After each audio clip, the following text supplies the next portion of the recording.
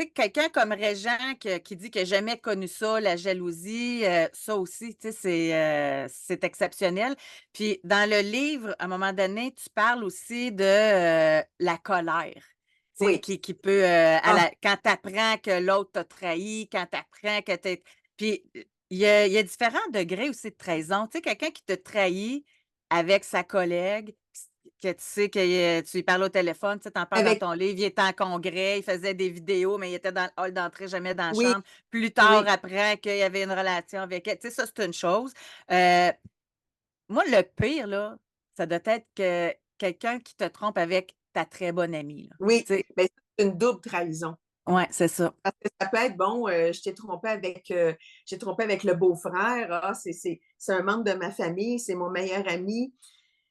Je vais généraliser encore une fois, mais les gens trompent avec quelqu'un qui fait partie de leur environnement. Ben oui. Ouais. Des fois, j'avais dit comme ça à la blague à un de mes patients, si tu veux voir avec qui ta femme trompe, regarde à qui elle parle pas dans une soirée.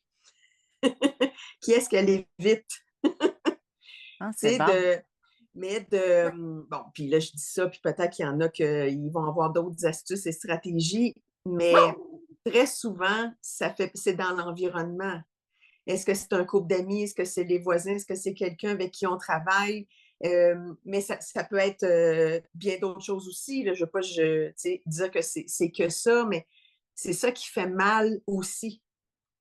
Parce que là, il y a deux personnes qui ont maintenu le secret. Ce qui fait mal aussi, Exact. c'est quand j'ai l'impression que tout le monde l'a su avant moi.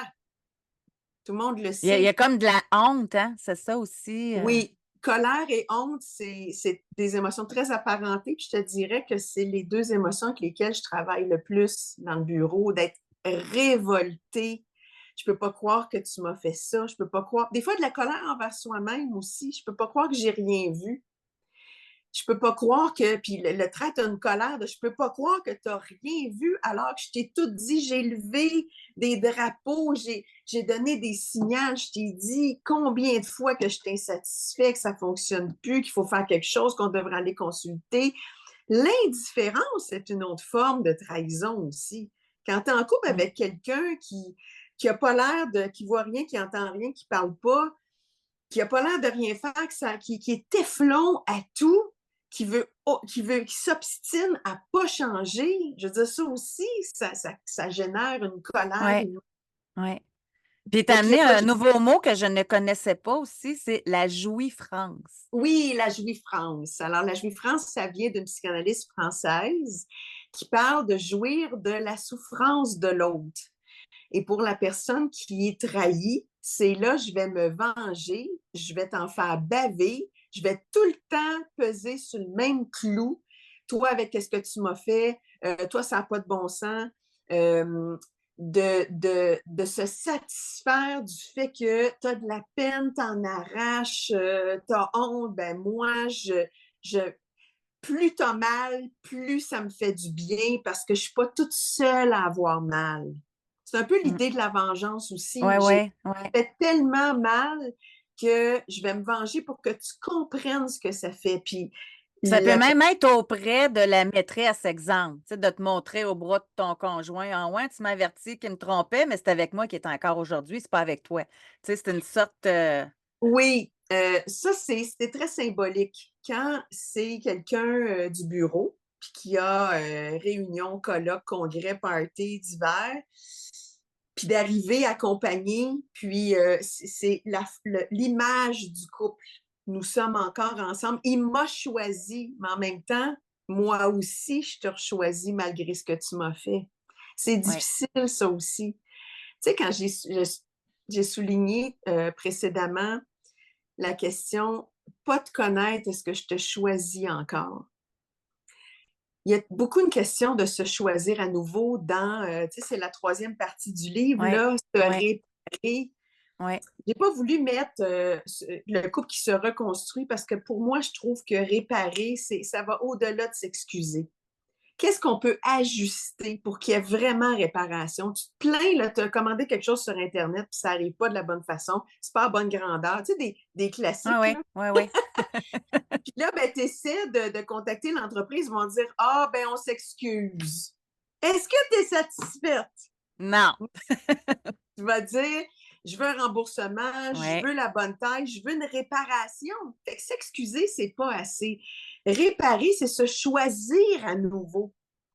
Alors, même si je décide de me venger, même si je te fais la vie dure, même si je suis en colère, que je pleure, que j'ai honte, il va falloir qu'on s'installe les 2, qu'on s'assoie ensemble, puis qu'on se dise: «Qu'est-ce qui fait que je te choisis à nouveau?» Mais avec ton expérience, ça dure-tu ça?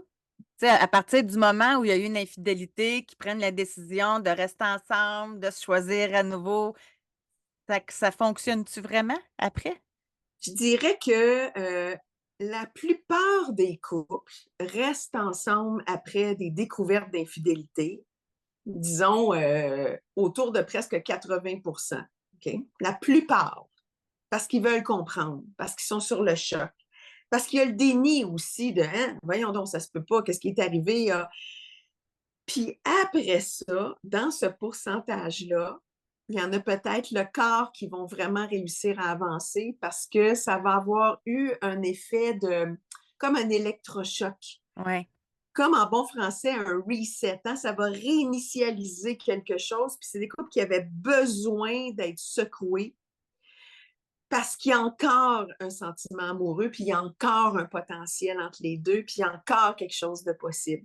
Il y en a que ça signe un peu leur arrêt de mort parce que le couple était peut-être déjà un peu à l'agonie. L'intimité était anémique, le sentiment amoureux était faible, il n'y avait pas beaucoup de respect, il y avait beaucoup, beaucoup de désengagement puis de distance. Ça va être dur de se choisir à nouveau. Puis dans ces moments-là, des fois, l'infidélité, c'est la faille de la relation.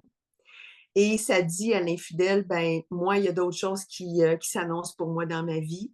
Ouais. Mais J'ai ça dépend rencontré aussi comment ça se fait peut-être parce que, tu sais, des fois, la réaction de l'autre est quasiment démesurée aussi par rapport, tu sais, en tout cas, je ne veux pas juger là, mais, tu sais, l'infidèle, OK, il l'a trahi, mais la réaction de l'autre, c'est quoi qu'elle a fait? As-tu installé un GPS dans ton téléphone pour te suivre? T'as-tu, surveillé tous tes historiques d'internet? As-tu fouillé dans tes affaires? Tu sais, ça n'est une trahison ça aussi là. oui, mais en même temps,